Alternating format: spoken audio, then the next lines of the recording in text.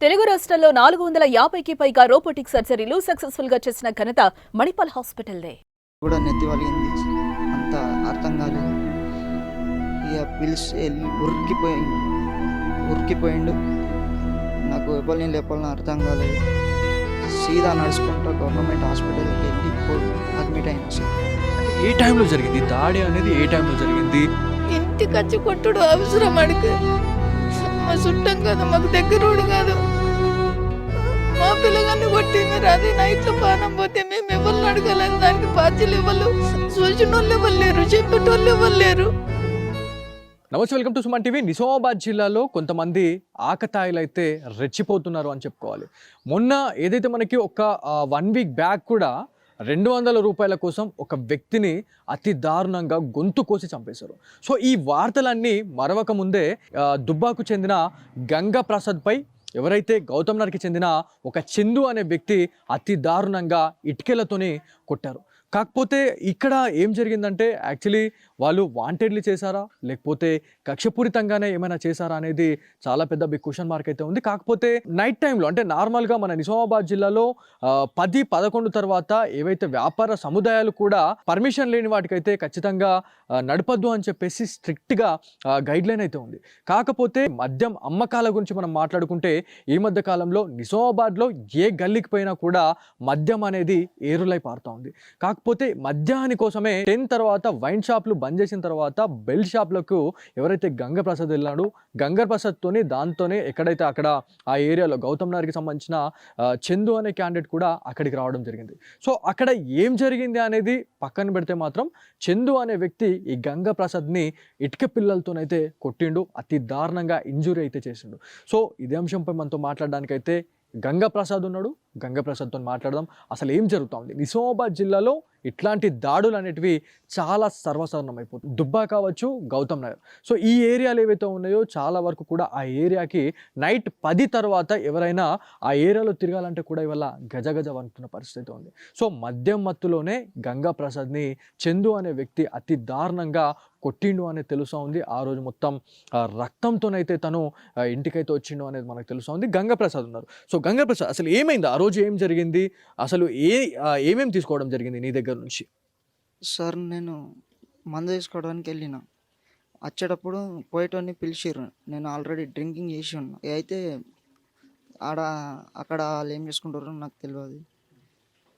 అలా తాగేసి ఉన్నారు, నేను కూడా తాగి ఉన్నా. వాళ్ళు ఏం తాగిరమ్మో నాకు తెలియదు సార్. నేనైతే పెయింటింగ్ వర్క్ చేసుకొని వైన్ షాపులు బంద్ అయిపోయినాయని డ్రింకింగ్ తీసుకొని వచ్చి తాగుతున్నాను.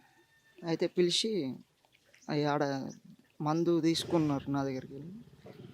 అంటే వాళ్ళు నీకు తెలుసా? వాళ్ళు నీ ఫ్రెండ్స్ అతను? వాళ్ళు కాదు సార్, ఫ్రెండ్స్ కాదు, కానీ చందు అనేటోడు కొద్దిగా నా దగ్గర డబ్బులు చూసి ఇక నా ఎంబడ ఫాలో అయ్యి ఇంటి దాకా వచ్చిండు. ఎక్కడి వరకు వచ్చారు? అంటే గౌతమ్ నగర్ నుంచి ఫాలో అయిన క్యాండిడేట్లు ఎంతమంది వచ్చారు? చందుతో పాటు ఇంకెవరైనా వాళ్ళ స్నేహితులు ఎవరైనా ఉన్నారా? లేకపోతే అక్కడి నుంచి మొదలైన ఫాలోయింగ్ అనేది ఎక్కడి వరకు వచ్చినారు మీ దగ్గరికి?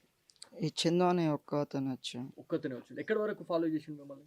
ఇంటి దాకా వచ్చింది సార్. ఇక్కడ వరకు? అవును, ఇంటి దాకా వచ్చేసి పైసలు అడిగిండు. నేను లేవు అని చెప్పేసిన. అయితే లేవు అని చెప్పేసి జేబులో చేతులు పెట్టింది సార్. జేబులో చేతులు పెట్టి నేను కొద్దిగా తాగేసి ఉన్నా. అయితే లేవు ఎక్కడికి రానేసి నేను అంటే నూకేసిండు. నూకేసి ఇద్దరం పడ్డాం. ఇద్దరం పడి నేను లేచి నేను ఇట్లా తన్నిన నా మీద పైనకి వస్తే నేను లేచేలోపు ఇటుకే పెళ్ళే బట్టి సడన్గా ఇక్కడ వేసిండు సార్ స్టాచ్యూ. ఇక అయితే తాగిన మత్తులో నాకు కూడా నెత్తి వలిగింది. అంత అర్థం కాలేదు. ఇక పిలిచి వెళ్ళి ఉరికిపోయిండు. నాకు ఎవరిని లేపాలని అర్థం కాలేదు. సీదా నడుచుకుంటూ గవర్నమెంట్ హాస్పిటల్కి వెళ్ళి అడ్మిట్ అయినా సార్. అంటే ఏ టైంలో జరిగింది దాడి అనేది? ఏ టైంలో జరిగింది? ఆ దాడి చేసే టైంలో మీ గల్లీకి సంబంధించిన వాళ్ళు కావచ్చు, లేకపోతే మీ ఇంట్లో ఎందుకు రాలేకపోయారు మరి ఇక్కడ?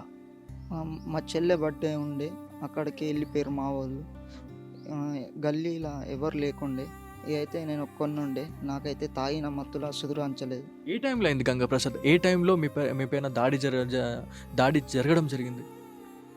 11:20కి అట్లా అయింది. సో వాళ్ళ కండిషన్ ఎట్లా ఉంది? అంటే ఆ టైంలో వాళ్ళు మత్తు పదార్థాలు ఏమైనా తీసుకున్న క్యాండిడేట్లు ఏమైనా ఉన్నారా? లేకపోతే అంటే ఆ ఏరియా అంటే గౌతమ్ నగర్, దుబ్బా, చంద్రశేఖర్ కాలనీ కొన్ని ఏవైతే ఇవి స్లమ్ ఏరియాస్ ఏవైతే ఉన్నాయో అక్కడ చాలా వరకు కూడా గంజాయి ఏరులై పారుతా ఉంది. గంజాయి కొట్టే వాళ్ళు చాలా వరకు, మత్తు పదార్థాలు తీసుకునే వాళ్ళు చాలా మంది ఉన్నారు అనేది మనకు ఒక ఇన్ఫర్మేషన్ ఉంది. సో వాళ్ళంతా గంజాయి మత్తులోనే నీ పైన దాడి చేసిరని అనుకుంటున్నావాను? ఒక్కడైతే తాగినట్టుంది సార్. అయితే నాకు కొద్దిగా మంచిగా గట్టిగా తాకింది ఇక్కడ తలపై స్క్రిప్ట్. అయితే నేను కొద్దిగా స్ప్రో లేకుండా నేను కూడా డ్రింకింగ్ చేసాను. నాకు డ్రింకింగ్ ఆల్కహాల్ తీసుకుంటా సార్, మందు. సో వాళ్ళు గంజాయి ఏమైనా కొట్టే బ్యాచ్ అయినా వాళ్ళంతా గంజాయి బ్యాచ్ అయినా వాళ్ళంతా? ఆడైతే తాగిండి అనిపిస్తుంది సార్, మిగతా వాళ్ళు మనకు తెలియదు. సో అంటే ఇదంతా జరిగిన తర్వాత మరి పోలీస్ అధికారులు నీ దగ్గర రావడం జరిగిందా? మరి నువ్వు పోలీస్ కంప్లైంట్ ఏమైనా ఇచ్చినావా? నేను హాస్పిటల్ని అడ్మిట్ అయితే అక్కడ పోలీస్ అధికారులు వస్తే వాళ్ళకు ఇట్లా అని చెప్పిన సార్. ఓకే. సో మరి వాళ్ళని పట్టుకున్నారా? రిమాండ్ ఏమైనా చేసినారా? మరి నేను వచ్చి తీసుకెళ్ళి ఇది మొత్తానికి ఎవరిని అడిగినా కూడా ఒకటే మాట చెప్తా ఉన్నారు. నిజామాబాద్ జిల్లాలో మత్తు పదార్థాలకు బానిసైన వాళ్ళు మాత్రమే ఇట్లాంటి ఇన్సిడెంట్స్కి అయితే పాల్పడుతున్నారు అనేది తెలుస్తూ ఉంది. ఏదైతే గౌతమ్ నగర్కి చెందిన చందు అనే క్యాండిడేట్, అతనితో పాటు ఒక 4-5 ఉన్నారు అని చెప్పేసి ఒక ఇన్ఫర్మేషన్ అయితే ఉంది. సో గంగాప్రసాద్ ఆ రోజు తాగిన మైకంలో, అంటే అతను ఒక వర్కర్, అంటే మనకి పెయింటింగ్ వర్క్ చేస్తూ ఉంటాడు తను. సో ఆ టైంలో ఆయనకి ఖచ్చితంగా ఈవినింగ్ కాగానే డ్రింక్ అనేది కావాలని చెప్పేసి ఖచ్చితంగా 10 తర్వాత వైన్ షాప్లు బంద్ చేసిన తర్వాత బెల్ షాప్లకి అయితే వెళ్ళడం జరిగింది.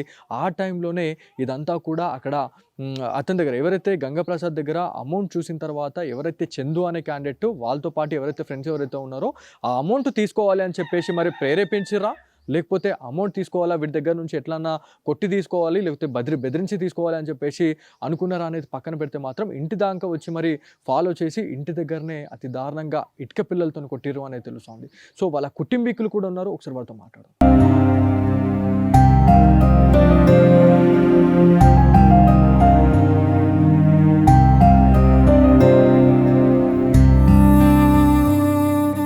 గంగాప్రసాద్ వాళ్ళ అమ్మమ్మ అయితే రావడం జరిగింది. ఒకసారి వారితో మాట్లాడడం. అమ్మ, మీరు చెప్పండి, గంగాప్రసాద్కి తల్లిదండ్రులు లేరు అనేది మీరు చెప్తా ఉన్నారు. గంగాప్రసాద్ వల్ల జస్ట్ మిస్ అయ్యిందని చెప్పుకోవాలి. ఎందుకంటే ఆయనకు తగిలిన దెబ్బ చాలా పెద్ద తగిలింది. సో మీరు ఏం చెప్పాలనుకుంటున్నారు? అంటే 2000 కోసం ఇలా ఒక మనిషి ప్రాణం తీద్దామని చెప్పేసి ఎవరైతే కొంతమంది దుండగులు ఎవరైతే ఉన్నారో వాళ్ళు ప్రయత్నించడం జరిగింది. సో మీరు పోలీస్ అధికారులకు మీరు ఏం చెప్పాలనుకుంటున్నారు? మీతోటి మన్మర్లకు అట్లాంటి వాళ్ళకి మీరు ఏం చెప్పాలనుకుంటున్నారు? పిల్లలకి ఎంజాయ్ చేసుకొని మంచిగా ఉండాలి బిడ్డ, పైసలు ఖర్చు పెట్టుకోవద్దని చెప్పి పంపించిన. తాగుడు తప్పు, వాళ్ళ సోపతి పట్టకు అని చెప్పిన. ఈయన జేబులోకి వెళ్ళి పైసలు తీసుకొని దుకాణంలో ఏమో కొనుక్కున్నాక ఆడ చూసిండట. అక్కడ చూసి ఇన్ని కొడితేనే పైసలు ఇస్తాడు, ఇటు అడుగు తీయడు అన్నట్టు ఎంటెంట వచ్చి పిల్లగంతట పైసలు చూసి పిల్లగాడు తాగిన మైకంలేగా కష్టం చేసిండు, తాగిండు. ఒల అయితే తాగలే, ఆయన తాగిండు. ఈడు అడుగు తీస్తలేడు అని కొట్టి తీసుకుందామన్న ధైర్యంతో ఇంటికి వచ్చి మేము లేనిది చూసిండు. ఇటుక పిల్లతో కొట్టంగానే మా పిల్లగాడు పడిపోయిండు. ఆ పైసలు తీసుకున్నాడు, ఫోన్ తీసుకున్నాడు, ఉరికిపోయిండు. ఆడెవ్వరు లేరు సాక్షులు, ఎవరిని అడగాల? మేము పొద్దున నైట్కి ఫోన్ చేసిండ్రట, మేము లేపలేము, నిద్రలు ఉన్నాం. పొద్దున 5 గంటలకు గుర్తయింది. 5 గంటలకు గుర్తు కాగానే వచ్చినాం, హాస్పిటల్కి పోయిండు. నడుచుకుంటూ పోయిండట కొడుకు, బరివేతలు అంగి అన్ని చేసిండు. పైనంత రక్తమే, రోడ్డు మీద అంతా రక్తమే నాన్న. ఆ రక్తం అంతా కడిగేసిన. మా కొడుకుకి చిన్న పెట్టి పోలే, ఎట్లా మందిలో కలుస్తాడో, ఎట్లా పని చేసుకొని బతుకుతాడో, కొడుకు ఎవరు దిక్కులేరు. అన్నదమ్ములు లేని కొడుకు, ఒక్కటే చెల్లి ఉన్నది, చెల్లి మ్యారేజ్ కూడా కాలేదు. ఏం కష్టం చేసుకొని బతుకున్నది. ఇప్పుడు ఇట్లాంటి ఇన్సిడెంట్లు జరగడం అనేది నిజామాబాద్ జిల్లాలో చాలా సర్వసాధారణమైందమ్మా. తాగుతాడట కొట్టినోడు. మంచి మద్దతు అడిగిండట పైసలు. అడిగితే నేనే పని చేసుకొని మా ఇంటి వాళ్ళకి ఇయ్యలేనురా బాయ్, నేను ఇయ్యనతట లేవన్నాడట. మరి ఇయ్యనప్పుడు కోవచ్చు కదా, ఇంటికి వచ్చి కొట్టుడు అవసరం అడిగి. మా చుట్టం కదా, మాకు దగ్గరోడు కాదు. మా పిల్లగాన్ని కొట్టి మీరు అదే నైట్లో పానం పోతే మేము ఎవరిని అడగలేదు. దానికి బాధ్యులు ఎవరు, చూసిన వాళ్ళు ఎవరు లేరు, చెప్పేటోళ్ళు ఎవరు లేరు.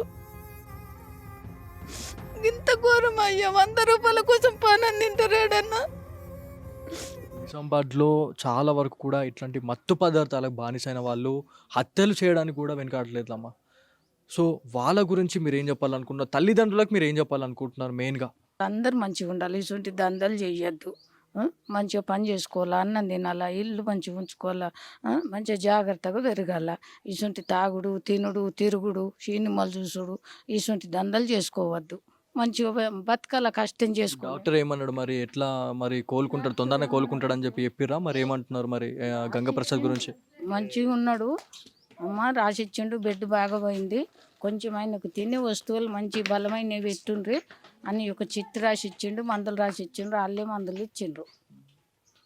మా తట డబ్బులు ఏం లేవు. ఎవరిని అడిగినా కూడా వాళ్ళు బాధపడుతున్న సిచ్యువేషన్ అయితే ఉంది. ఎవరైతే గంగాప్రసాద్ వాళ్ళ అమ్మమ్మతోని మనం మాట్లాడితే కన్నీరు మున్నీరు అవుతా ఉన్నారు. 100-200 రూపాయల కోసం ఇవాళ మనుషుల ప్రాణాలతోని ఇవాళ చెలగడమాడుతూ ఉన్నారు. మనుషుల ప్రాణాలు తీయడం అనేది ఎంతవరకు సబబు అని చెప్పేసి చాలామంది బాధపడుతున్న సిచ్యువేషన్ అయితే ఉంది. ఎవరైతే ఈ గౌతమ్ నగర్కి సంబంధించిన వాళ్ళు కావచ్చు, లేకపోతే ఈ దుబ్బాకి సంబంధించిన ప్రజలతో కూడా మనం మాట్లాడితే ఎవరిని అడిగినా కూడా ఇవాళ ప్రాణాలకు విలువ లేకుండా పోయింది.